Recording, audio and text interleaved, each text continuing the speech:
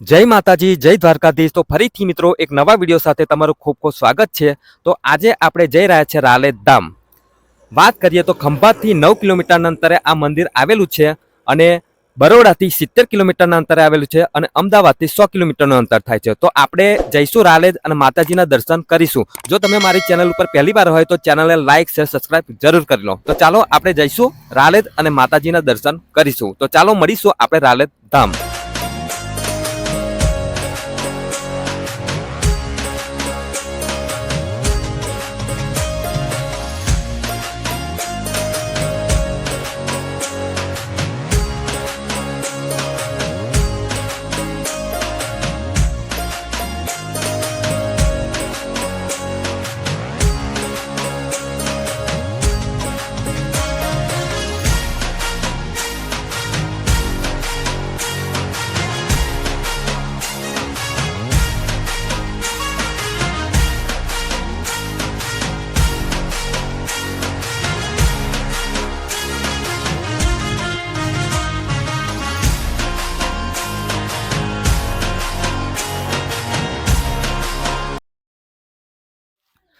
તો ફાઇનલી મિત્રો આપણે રાલેદ માતાજીના મંદિરે આવી ગયા છે। અહીંયા તમે કોઈ પણ જગ્યાએ તમારું વાહન પાર્કિંગ કરશો તો કોઈ પણ જાતનો ચાર્જ લેવામાં આવતો નથી। તો ચાલો આપણે અંદર જઈએ અને માતાજીના દર્શન કરીએ।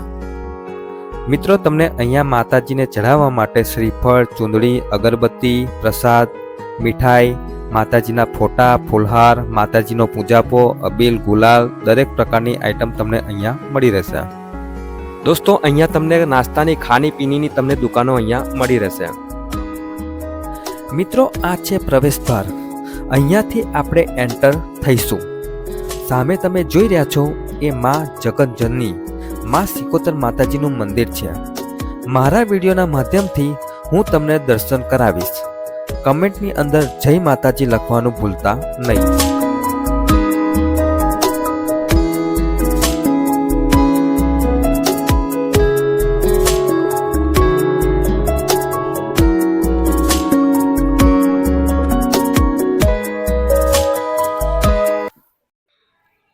તો મિત્રો આ છે મંદિરના દાતાશ્રીઓના નામ લખેલા।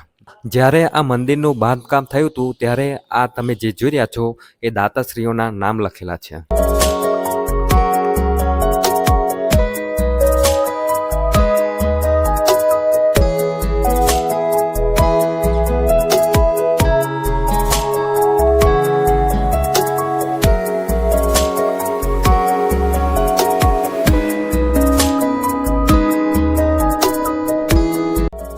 મિત્રો લાખો ભક્તોનું આસ્થાનું સ્થળ છે।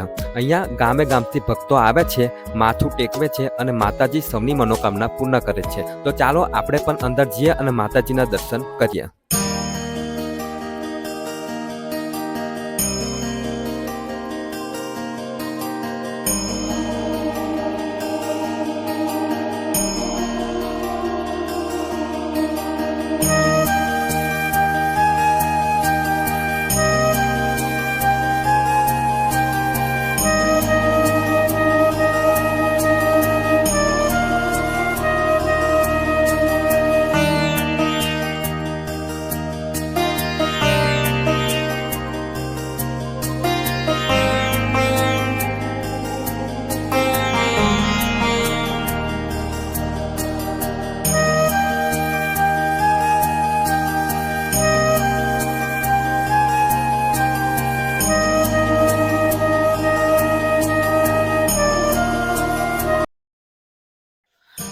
તો દોસ્તો આપણે સરસ મજાના માતાજીના આપણે દર્શન કરી લીધા। હવે હું તમને ધુમેશ્વર 12 જ્યોતિર્લિંગના હું તમને પણ દર્શન કરાવું।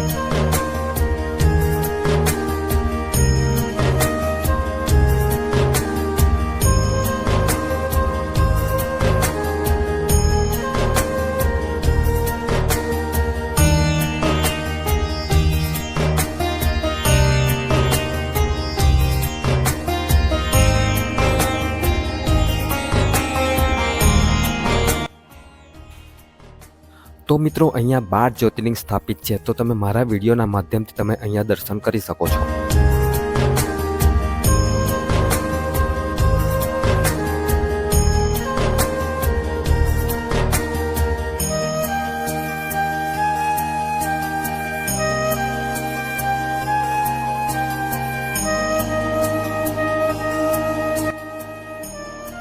તો મિત્રો આપણે સરસ મજાના 12 જ્યોતિર્લિંગના આપણે દર્શન કરી લીધા. તો તમને કંઈક મંદિરના પાછળના ભાગમાં તમને કંઈક આ રીતનો નજારો જોવા મળશે.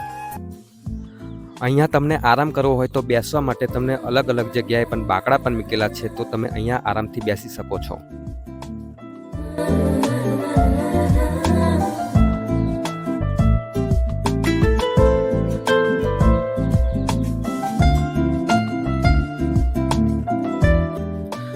જો મિત્રો તમે જે સામે જે જોઈ રહ્યા છો તે ખંભાતનો દરિયા કિનારો છે.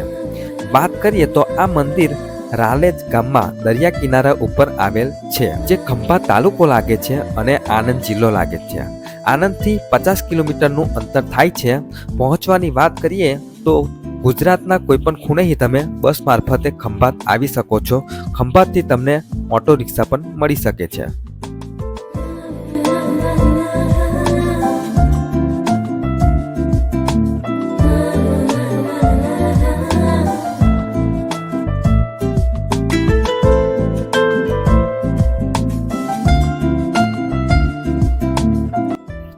સરસ મજાની આરામ કરવા માટેની જગ્યા છે, તો તમે અહીંયા આરામ કરી શકો છો, બેસી શકો છો. મિત્રો મંદિરની બાજુમાં તમને મહેતા ભોજન ખંડ જોવા મળશે, તો તમે અંદર જઈને તમે ભોજન કરી શકો છો નિઃશુલ્ક. ટાઈમિંગની વાત કરીએ તો સવારે 11:30 થી 2:30 વાગ્યા સુધી ભોજન પ્રસાદ ચાલુ રહે છે, તો તમે ભોજન લઈ શકો છો. મિત્રો આરામથી અહીંયા ભક્તો પ્રસાદ લઈ રહ્યા છે. બિલકુલ મફત જમાડવામાં આવે છે. જમવામાં શું છે એ પણ હું તમને બતાવી દઉં. બટાકા ટામેટાનું શાક છે, કઢી અને ખીચડી છે. તો તમને શુદ્ધ ભોજન પ્રસાદ અહીંયા તમને મળી શકે છે.